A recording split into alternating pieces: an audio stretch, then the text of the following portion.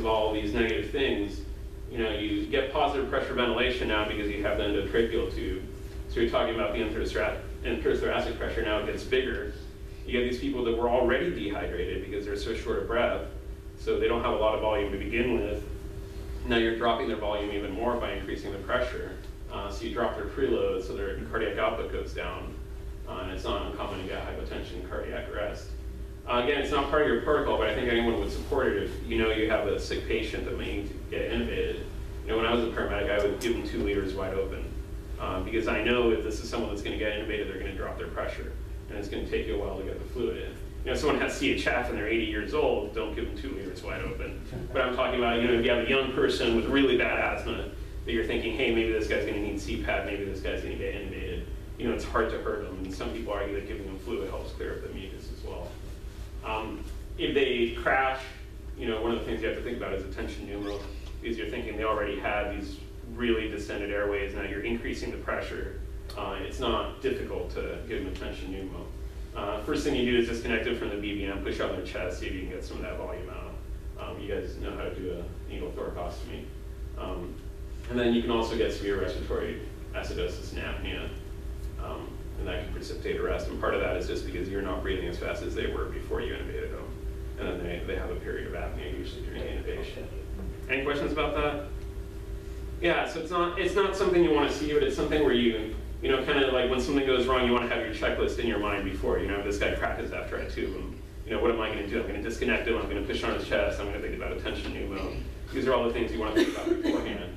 And again, if you have a sick asthma guy, a younger patient, and he has asthma, he doesn't have anything, try to get that fluid on board. Because this is something that's predictable. This is, you know that the pressure is not going to go up after you intubate him. The pressure is going to go down, and often it's going to go down quite a bit. Any questions about that? So really ineffective giving any like vasoconstrictors like that and don't overweigh the amount of dehydration. They're going to have a lot of catecholamines, but what you're doing is that you're basically reducing the preload, so just you're not getting the blood there anyway. And you know, one of the things is that when you get the heart that has all these catecholamines, it's a little bit hypoxic, then you get people that tend to go into tachyarrhythmias. A lot of these people that get a lot of albuterol, especially after getting heparin, you know, I've seen it a few times, they'll go into VTAC. So, you know, normal saline is pretty benign in a young person with asthma. And you can use the lidocaine using your protocol. What's that? If they go into VTAC, then you can use your lidocaine. You know, one of the issues is that all of the antiarrhythmics are pro-rhythmics too. You know, it's one of those things where it's like the old TVs with the vertical hole and you're kind of messing with it. So, you know, you also don't want to be getting a bunch of antiarrhythmics if you don't have to, because they all have pro-rhythmic effects as well. So yeah, so lidocaine is not on your protocol. I wouldn't expect to see it anytime soon. But now you know about it, and you know why. All right, so you know what other things mimic asthma? You know, the classic one is the acute decompensated heart failure, CHF, pulmonary edema, cardiac asthma. You probably all remember the first time you had someone with wheezing and realized they didn't actually have asthma, they had something wrong with their heart, which is kind of a surprise, I think, the first time you see it. But you know, not everything that wheezes is asthma. You know, airway obstructions can cause it, croup, epiglottitis, foreign body, someone aspirated a peanut, they can get wheezing. Bronchiolitis in the younger kids. You know, COPD and asthma can look really similar. You know, PE, there's some overlap, there's not some overlap. Sometimes you can get some wheezing with the PE. You can get vocal cord dysfunction where someone has, you know, all this audible wheezing, but it's all in their trachea and you don't really hear it in their lungs. And that's kind of treated differently than asthma. You know, sometimes people with respiratory tract infections, cystic fibrosis, these can all, you know, cause wheezing. Any questions on those? So, who's heard about auto-PEEP? Anyone? Oh, no one? Okay. All right, so basically there's this thing called auto-PEEP, and what I was talking about is that a lot of what's going on with asthma is this airway obstruction. So in auto-PEEP, you get air that goes into the alveoli because you had all this negative pressure during inspiration, and then when you're trying to let air out, you know, the little tube that connects the alveoli right there, it's called the obstructive, sorry. Oh, I don't know what I did. Right there, it's called the obstructive airway. It gets compressed. So now you have this air that's stuck in the alveoli. So now you have this pressure that's in there because you have all this fluid, you know, you're trying to push out, or this air, you're trying to push out and you can't get out. So you have a positive pressure inside the alveoli that's greater than the atmospheric pressure. So in a sense, you're getting this positive end expiratory pressure, but it's not because you're applying it at the mouth or you're applying it to a tube. It's because the air can't get out of this alveoli, and now you're trying to squeeze it and make your lung volume smaller. That makes sense so far? So what happens with auto PEEP is it increases the work of breathing. So now you're trying to breathe in. Remember, when you're trying to breathe in, you get this negative intrathoracic pressure. So here it has, negative 13 centimeters of water as the intrathoracic pressure. But you had this positive pressure of 10 to begin with inside the alveoli. So now, really the pressure you're seeing is -3, and outside it's like -1. So you're not pulling in as much air, because in order to get it, first you have to overcome that positive pressure that was in the alveoli to begin with, and then apply even more positive pressure. So in these alveoli that have auto PEEP, even though you have this huge negative pressure that you're generating, it's not really seeing it because you started with a positive pressure to begin with. Everyone's there so far? Yeah, and so this is why you're, even though it's a airway obstruction, you can't get air in. The primary problem is you can't get air out, but then what that ends up causing is that you have a hard time getting air in. And so these people feel like they can't breathe. People used to say, someone with asthma, maybe they can't get air in or they can't get air out. And what do most people with asthma tell you? Most of them tell me I can't breathe. I don't know if it's in or out. I know I can't breathe. It's one of these things. Eventually, the airway obstruction, the expiratory obstruction, causes these inspiratory problems, and that's why they can't breathe. So there's something called external PEEP, and you can do it. CPAP does it a little bit. You can do it with the endotracheal tube. And basically, the concept of external PEEP is that what you're doing is that you're applying positive pressure outside to overcome that positive pressure inside. So now you're starting off with the same pressure. So now when you're trying to breathe in, you don't have to overcome that huge gradient because you have more pressure pushing. So instead of just pulling really hard, you're pulling and pushing at the same time.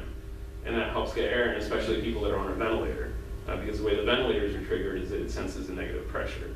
CPAP does this a little bit in kind of a different way, but it's the same concept. That with CPAP, you're pushing on the outside, so it makes it easier to pull because you're pushing and pulling.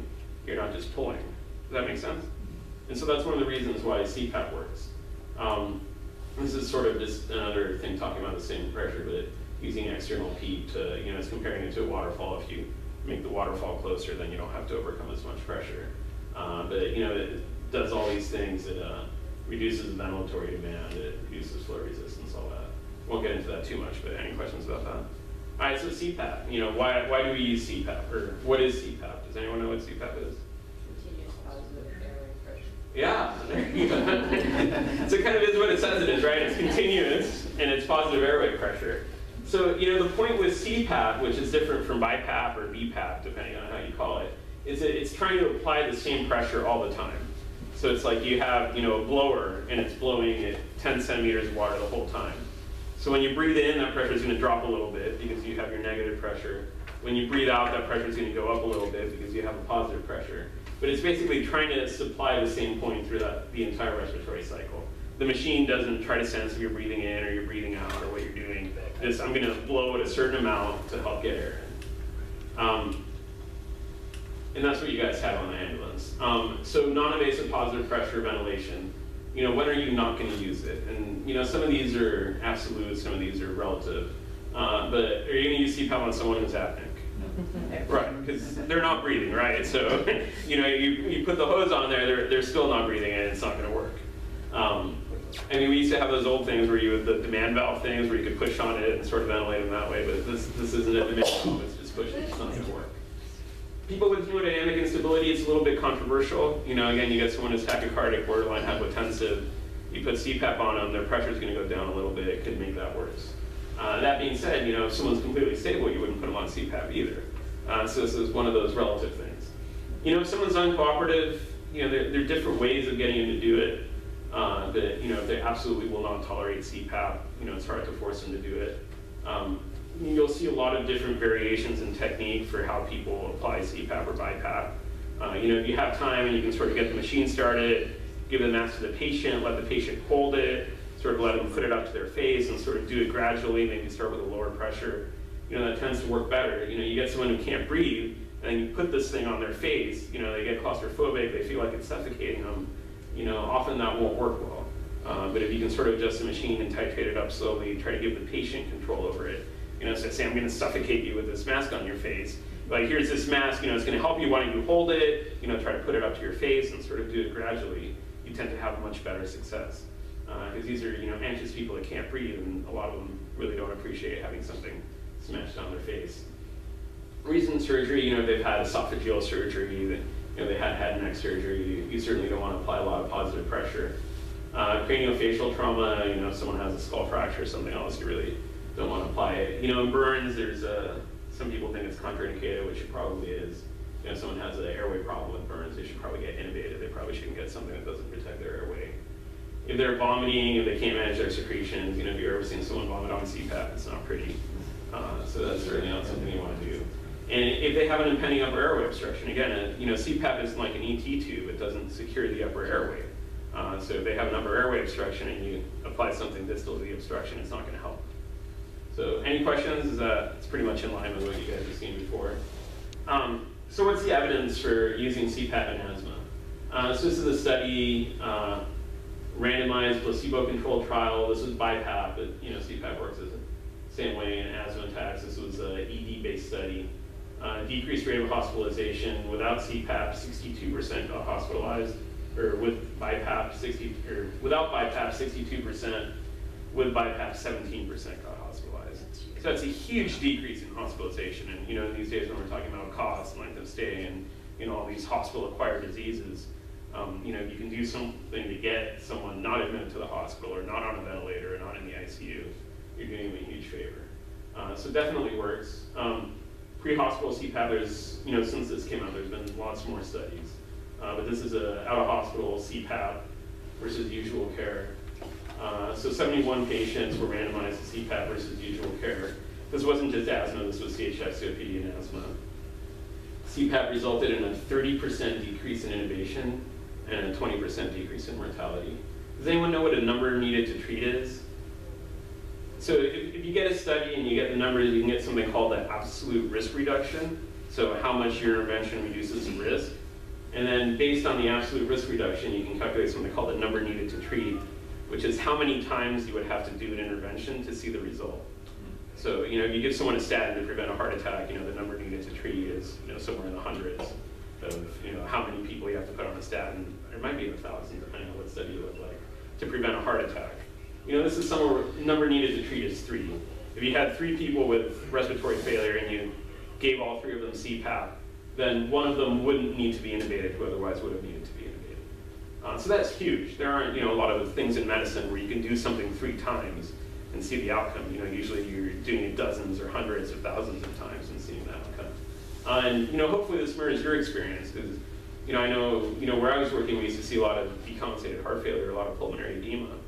And I feel like since everyone started using CPAP or BiPAP, it's actually pretty rare to intubate someone for pulmonary edema.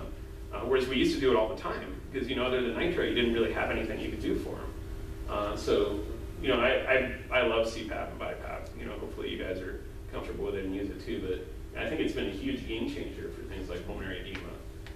COPD, asthma, maybe not so much, but definitely pulmonary edema. Any questions on that? What do you guys think about CPAP? Do you like it? Do you not like it? It's amazing. Absolutely. Yeah, it kind of is, right? It's a game changer. I think especially those people that were working before you had it, where you didn't really have anything. You could try to bag them, and that would usually go horribly, because they're really anxious and you're trying to time their breath and all that. So I think it's awesome. I'm glad you guys have it. I think it's really helped a lot of people sort of avoid getting intubated, and it has that mortality benefit. So case 2, 65-year-old male, 100-pack-year smoker. He has a history of emphysema. He's complaining of a low-grade fever for 3 days. He's coughing up some green stuff. He's short of breath. Blood pressure is 146 over 100. Heart rate is 124. He's breathing 32 times a minute, shallow. Pulse ox is 82% on 4 liters, and he's wheezing. And then your partner tells you, don't put him on oxygen, he might stop breathing. Who's had that happen? No one? Okay, we gotten this out of everyone. You're doing a good job. Has anyone heard that? Yes. Yeah. Okay, and what do they tell you? What's that? Why can't you put this guy on oxygen? Because He'll stop breathing, right? Yeah. Right, so why would you put this guy on oxygen? I mean, he's hypoxic, he's having a hard time breathing. Yeah, please don't do that. Please put him on oxygen. So this is someone with COPD. And so COPD is a chronic disease. Sometimes it's better, sometimes it's worse. When it's worse, it's called an acute exacerbation of COPD. So it's kind of similar to asthma. There's some differences. Again, you get a lot of secretion, so you get this worsening VQ mismatch. Has anyone heard that term before? Yeah, so VQ refers to ventilation and perfusion. So basically, your lungs, they bring air in and out. We'll go over this in the capnography lecture, but the air goes in and out, blood goes round and round, oxygen good, blues bad, that sort of thing. So the ventilation part is the air goes in and out, and then you have the blood that goes into the lungs, and you try to match the areas that are ventilated with the areas that are perfused. If you're sending a bunch of blood to a part of the lung that's not getting any oxygen, then is that helpful? No, you're creating a shunt. You're basically creating a right to left shunt in the heart, because blood's going through the lungs, it's not seeing oxygen, it's going to the left side of the heart. You're sending deoxygenated blood, so that's really bad. Is it useful to ventilate something that's not being perfused? No, again, it's not helping you at all. It doesn't improve your gas exchange. So there are a lot of things that sort of go on where your lungs are trying to match the ventilation and perfusion. And when you get these increased secretions, then you're getting part of the lung that's being perfused, but it's not being ventilated. So you're basically creating this shunt from the right to left side of the heart. You get higher lung volumes just like in asthma, so your lungs get bigger, your diaphragm goes down, your functional residual capacity goes down, sort of the volume that you're working with to breathe. So your work with breathing goes up. You get this shallow, rapid breathing pattern, just like in asthma. You don't have enough time to exhale before you have to breathe in again. So you're trapping in air, and then intrinsic heat goes up. And this one's more minor, but people with COPD have really flat diaphragms. And the diaphragm, it's supposed to be curved. It doesn't work as well when it's flat. So the muscle doesn't work as efficiently mechanically. It also gets decreased blood flow. So there are a lot of things that cause the diaphragm not to work as well. Any questions on that? So the treatment for COPD, for you guys, it's really similar to the treatment for asthma. You do bronchodilators, albuterol, Atropine if you have it. If they're hypovolemic, you don't suspect that they have CHF, you give them IV fluids. If they're hypoxic, you give them oxygen. So the goal isn't to get them to 100%. If someone lives at 88%, and you put them up to 100%, you are going to see an increase in the CO2. And it's going to make them worse. So if you get someone with severe chronic COPD and you get them up to 94% and they're looking better, that's probably good enough. I'm not saying you should withhold oxygen from them, but don't just put a non-rebreather and try to get them up to 100%. They're not used to that.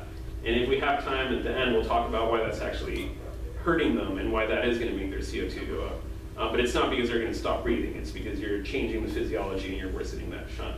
Does that make sense? You guys have this in your protocol, right? Yeah, you're not supposed to go to 100%. So CPAP are bad. It works just like it does. Try to avoid intubation. Again, if you have to intubate them, you will. Often it's not fixing the problem unless their problem is hypercapnic respiratory failure and they're just not breathing. And these people are really hard to get off the ventilator. If you're going to be on the ventilator a long time, they're going to be a high risk for getting ventilator-associated pneumonia and sort of all these other complications from the ICU. So, if you can avoid intubating them, you're doing them a favor. In the hospital, in addition to what you guys do, we give them corticosteroids, we give them antibiotics. Any questions on that? So third case, Mr. E. He's 74 years old. He calls 911 for shortness of breath. He's had 2 MIs. He has high blood pressure, high cholesterol. He takes aspirin. Does anyone know what corbetamol is? Correct. Correct, yeah. What kind of drug is it? It's a beta blocker. Yeah. So it's usually used in people with congestive heart failure. It's a beta blocker with some alpha blocking added to it. And classically, if someone has that, they probably have CHF. So those people that tell you they don't have any medical problems and they're on 10 different medications. If that's one of them, one of their medical problems is probably CHF. So atorvastatin, which is Lipitor, it's a cholesterol medicine, amlodipine, calcium channel blocker, and furosemide or Lasix. So blood pressure is 184 or 102, heart rate 121, irregular. Respiratory rate 32, 84% on room air. You listen to the front of his chest and he's wheezing. What's the most likely diagnosis? CHF. Would you guys have gotten that if I hadn't put it in red? Yeah. So this is an example of cardiac wheezing. This is someone that doesn't have asthma. They've never been on any asthma meds, and they're wheezing. And I feel like maybe this doesn't happen as much here, but this used to happen all the time where, we would go there, the first responder would be there, and they're like, oh yeah, this 84-year-old guy's having an asthma attack. I listened to his chest and he's wheezing. And they have him on this huge dose of albuterol. And you listen, there's, you know, crackles halfway up on both sides. You're like, guys, please stop. You know, you're not helping. This isn't asthma. You know, maybe it helps a little bit for the bronchospasm, but, you know, really we should be treating as pulmonary edema. We shouldn't